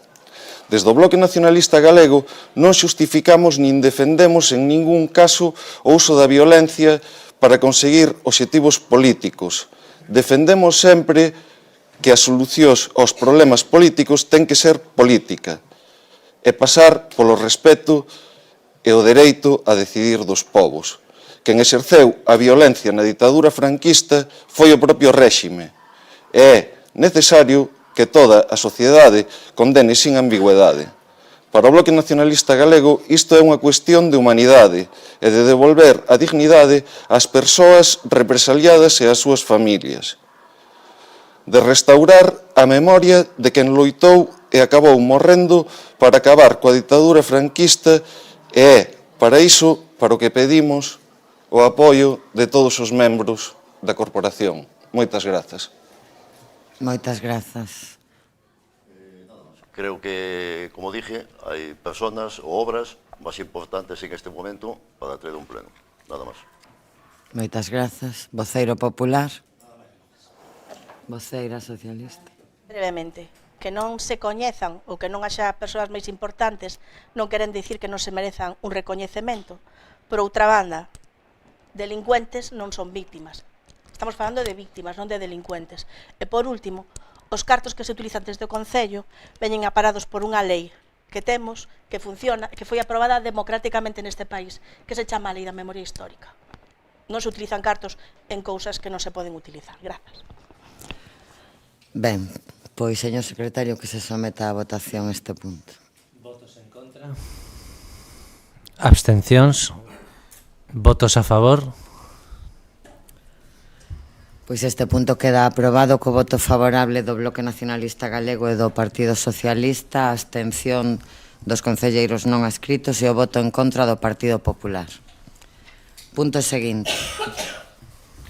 Bueno, o punto seguinte é o punto 11º, que é a moción do PP para que o Concello elabore un plan de mellora do mantemento de limpeza do municipio. Voceira popular, ten a palabra. Moitas gracias, señora alcaldesa. As rúas, barrios e parroquias da nosa cidade son un termómetro de cal é o estado actual do noso concello, de cales son as súas necesidades, oportunidades e tamén das debilidades que imperan dende o punto de vista do servizo público e benestar social.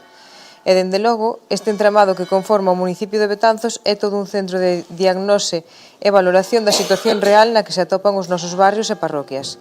Dende o inicio desta legislatura, hai pouco máis dun ano, foron numerosas as ocasións nas que cada un dos grupos que conformamos a oposición trasladamos ao goberno municipal as deficiencias e necesidades das diversas rúas, barrios ou parroquias e que na súa maioría son demandas e queixas exixidas e mostradas pola veciñanza, así como a través das diferentes entidades asociativas.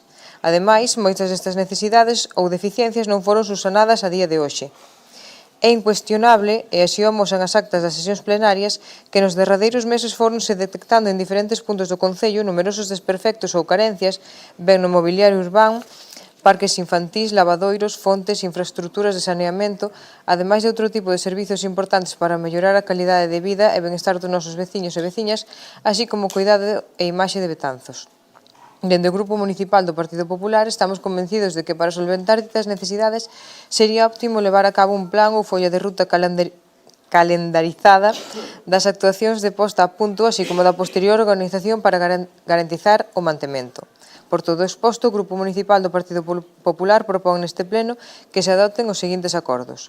Primeiro, que o Goberno Municipal elabore un plan de accións das necesidades de conservación dos barrios e parroquias do noso municipio e posterior calendarización estimada das execucións iniciais, así como do posterior mantemento. Segundo, que a alcaldía ou concelleiro ou concelleira que delegue leva a bo fin os citados acordos. Moitas grazas. Moitas grazas. Concelleiro. Desde nuestra posición creemos que la ciudad necesita un profundo cambio en cuanto a limpieza y mantenimiento. Nuestros barrios y parroquias necesitan una mayor atención, tanto en limpieza como seguridad vial.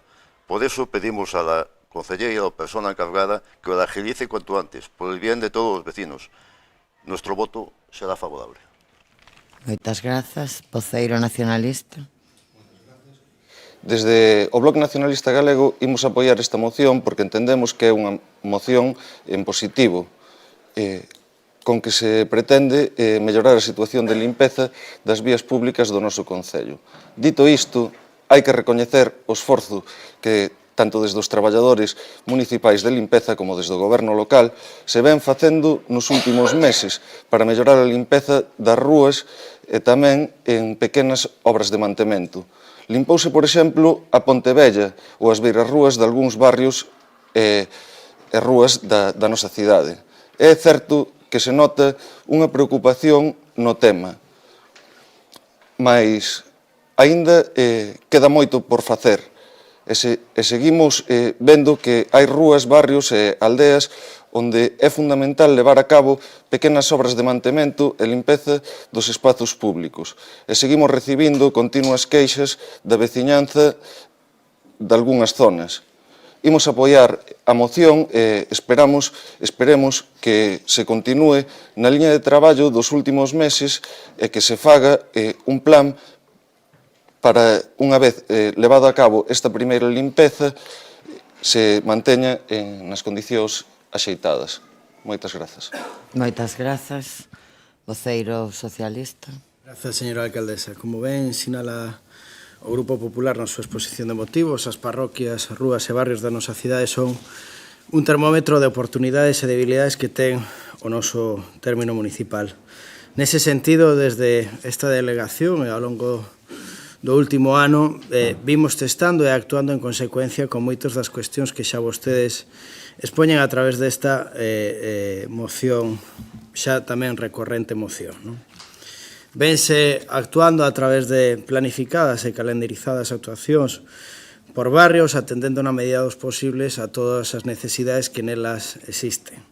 Por dar un exemplo, nos últimos meses veuse priorizando en 3 eixos fundamentais. Un, o da limpeza viaria na rúa, que coa chegada do verán realizáronse limpezas por barrios, así como baldeos continuos en zonas con maior tránsito de veciños e turistas, mesmo co reforzo de baldeos de contedores nas zonas onde maior carga hosteleira hai.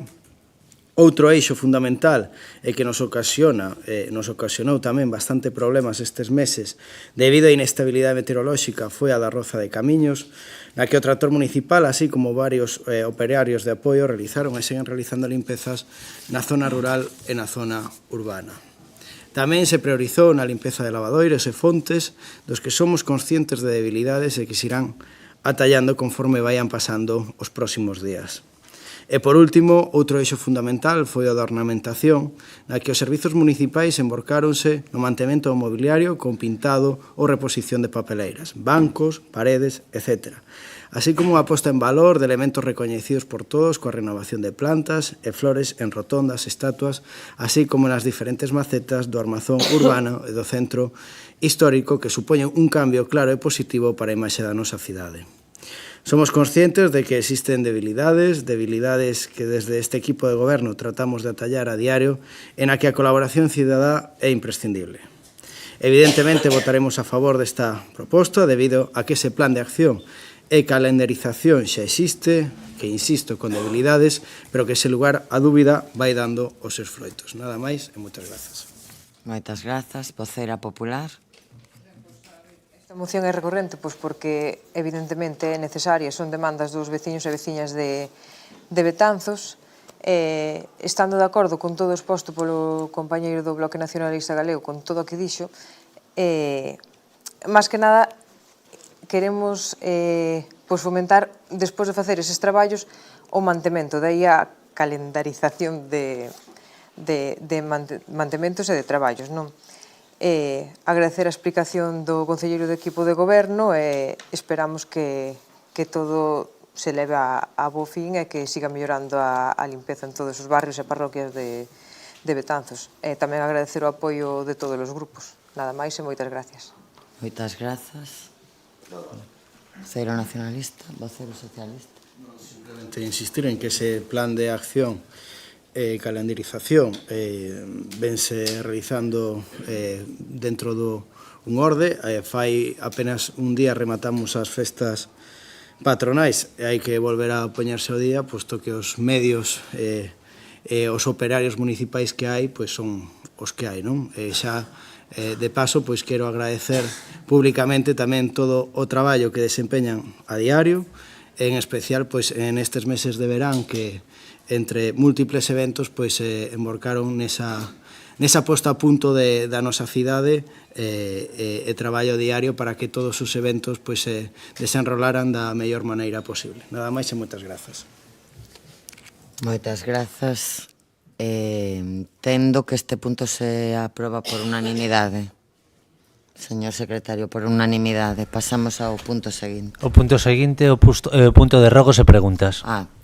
Primeiro vais a dar lectura, respostas ás preguntas efectuadas no pleno pasado. O voceiro do Grupo de Goberno ten a palabra. Grazas, alcaldesa. Respostas ás preguntas do BNG sobre a ordenanza do uso do galego. O Goberno local procura que a ordenanza se cumpra de forma escrupulosa, aínda que é posible que se den algunhas eivas, polo que se poñerá máis énfase en tratar de que o cumprimento sexa totalmente efectivo. Respecto á xestión do mercado municipal, o Goberno local contratou asesoramento para a posible xestión dos puntos relacionados coa parte gastronómica do novo mercado municipal. Sobre o incendio nas antigas naves do Carregal, estes incidentes debense a actos vandálicos, o Goberno local puxose en contacto coa propiedade para que leven a cabo tarefas encamiñadas en garantir a seguridade e o impedimento de accesos non autorizados ás instalacións. Respecto aos vehículos abandonados, dende a Concellería de Seguridade tratarase de darlle un impulso aos expedientes pertinentes para proceder á retirada dos vehículos abandonados existentes no Concello. Sobre actos máis inclusivos nas festas patronais, trataremos de levar a cabo a proposta que realizan na programación das seguintes festas patronais. Respecto ao custo das festas patronais, en canto se dispoñen de todos os datos pertinentes, convocarase unha comisión de festas para informar ao respecto e para recoller propostas para as próximas edicións.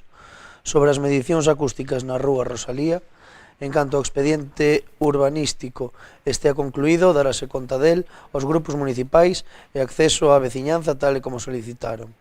Respecto aos escudos da praza de Alfonso IX, o traballo de pintado e posta en valor dos escudos das 7 capitais do antigo Reino de Galicia realizaránse unha vez que o artista responsable da súa restauración teña disponibilidade para estes traballos.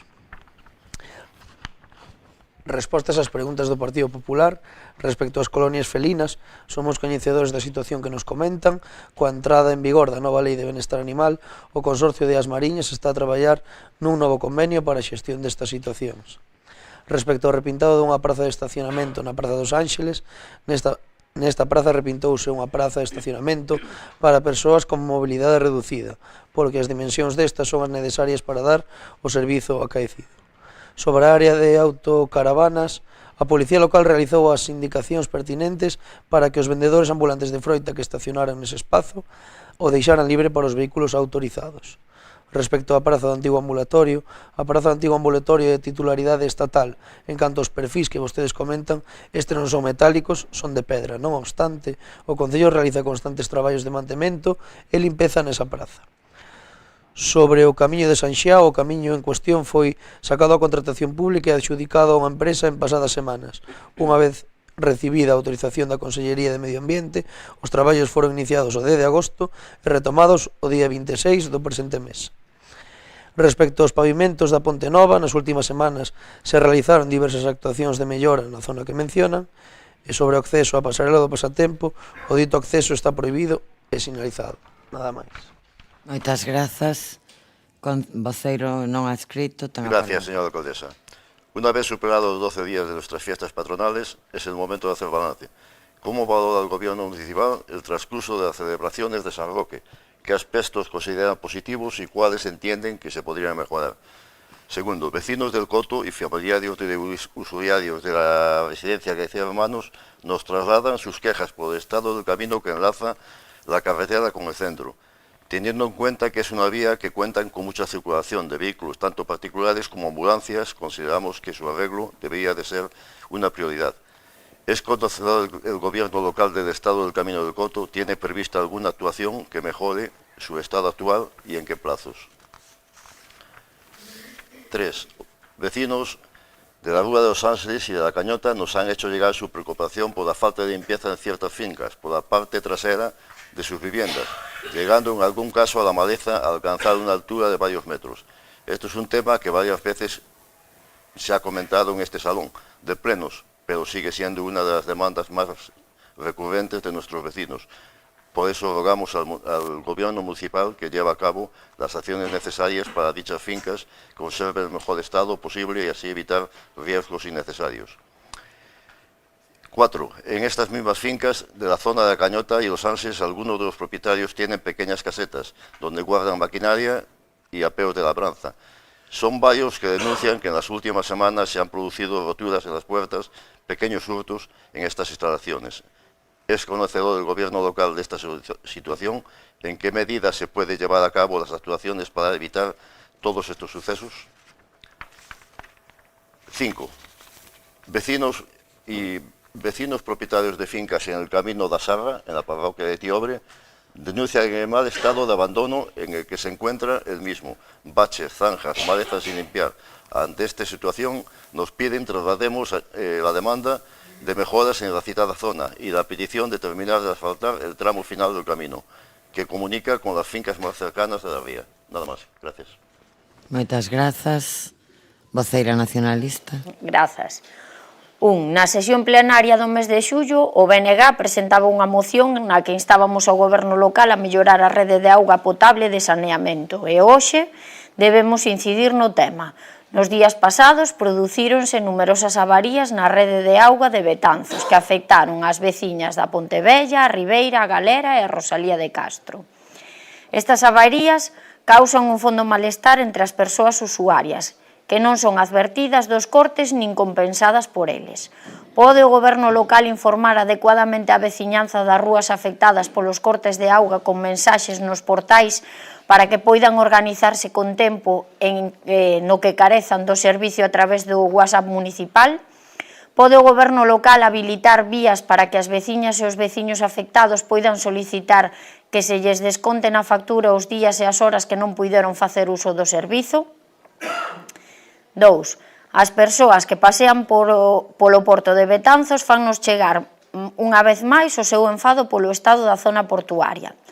As lousas e a varanda do porto están rotas por numerosas partes. Existen armazóns de barcos abandonados ao longo do paseo, localízanse vehículos abandonados e non se limpan os restos de madeiros e de vexetación que trouxeron á zona as mareas vivas dos días pasados. Pode o goberno local proceder á limpeza desta zona ou instar a institución competente que o faga o antes posível? 3. As empresarias e traballadoras do polígono de Piadela indícanos que non se produceu a mellora das limpezas da parcela da área industrial nin a reparación dos problemas da liña eléctrica que denunciamos no pasado, que se comprometeron a solucionar. Lonxe de solucionarse esta problemática, a maleza continúa a medrar nas parcelas baleiras e mesmo creouse un punto de vertedura de residuos orgánicos no punto que ia servir de comunicación entre ambas partes do polígono. Pode o goberno local instar aos propietarios das parcelas do polígono de Piadela a mellorar a limpeza das súas parcelas? Pode así mesmo retirar os residuos que se foron depositando na zona próxima ao paso subterráneo ao carón da vía do tren? 4. Os romeiros e romeiras que asistiron á xira dos caneiros informáronnos de varias cuestións melloráveis. Por un lado, indicáronnos a escaseza de baños e a súa mala sinalización, que facía que non puidesen ser atopados polas persoas que acudían á romería. Por outro lado, informáronnos da mala sinalización e do escaso horario do punto violeta. Se ben esta nos parece unha boa iniciativa, compre mellorar a súa sinalización e visibilidade e tamén incrementar o seu horario de cara aos próximos anos para facelo coincidir cos momentos de maior perigosidade das festas. Pode o goberno local anotar estas cuestións para a súa aplicación no futuro? 5. A veciñanza da zona da Galera amosou o seu malestar polo paseo homónimo. As lousas do paseo están rotas e móvense as bases das farolas. Caeulles a pedra ornamental e o paseo está moi sucio polos excrementos dos parrulos e das ocas. Por outro lado, a veciñanza solicita unha varanda na pedra do paseo que impida que os nenos e as nenas ou mesmo os maiores caian ao río. Pode o goberno local reparar as lousas e as bases das farolas do paseo da Galera para mellorar o seu aspecto e garantir a seguridade dos peóns? Pode así mesmo mellorar a limpeza diaria desta zona e colocar unha varanda de seguridade do paseo? En que plazos? 6. Dende hai uns meses, o día 13 de abril, xa estaban ali, atópase tirado no chan da entrada da biblioteca ao Museo das Mariñas, unha placa de mármore xusto ao carón da porta da entrada do edificio, en posición invertida e á vista de todas as persoas que ali acoden. Consideran vostedes que esta situación de abandono e desleixo durante tanto tempo ten algunha justificación? Cal é a razón pola que foi depositada ou tirada ali?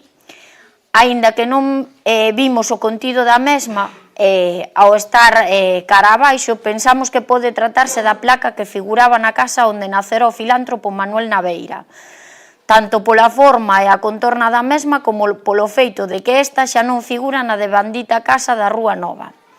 Se isto é certo, o abandono e o desleixo hai que sumarlle por parte do goberno municipal unha total falta de respeto cara á memoria dun dos benefeitores máis importantes de Betanzos, que nos deixou un legado de gran valor, razón pola cal o noso Concello decidira lembralo con unha placa recordatoria en 1929, ano da inauguración do asilo co seu legado.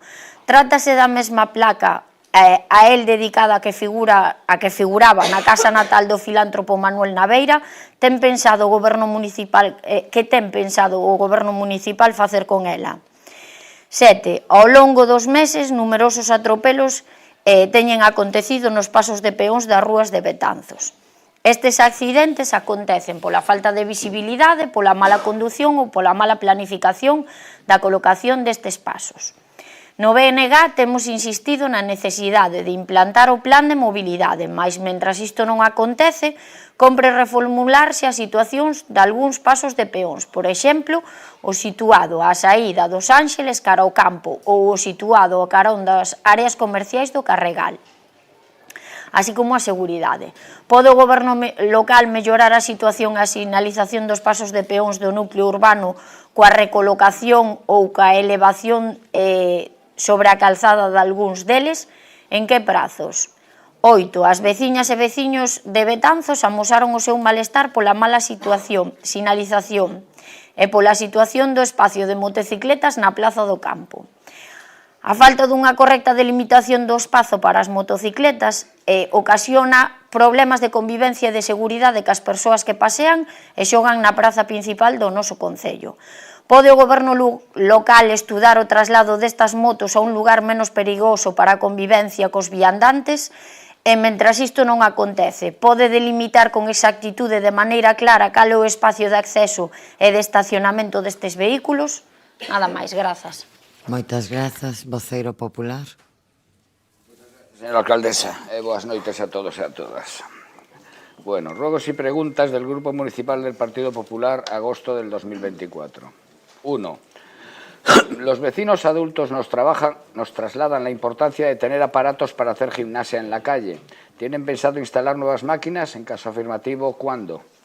2. Los vecinos de la Torre de las Cascas nos trasladan su malestar por el estado en que se encuentra la explanada posterior al edificio.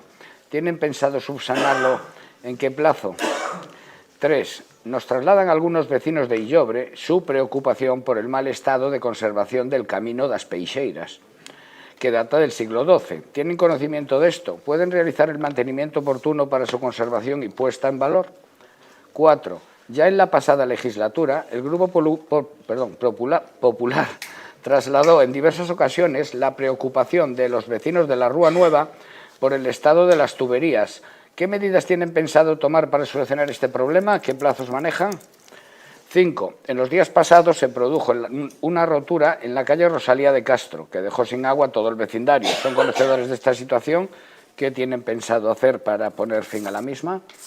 6. En la pasada legislatura, el Grupo Popular trasladó en diversas ocasiones la situación de deterioro de las pistas, así como de la fuente de Caraña de abajo. ¿Es conocedor el Gobierno municipal de dicha situación? ¿Qué medidas tiene pensado tomar para atajar este problema? ¿Qué plazos maneja en caso de querer poner fin?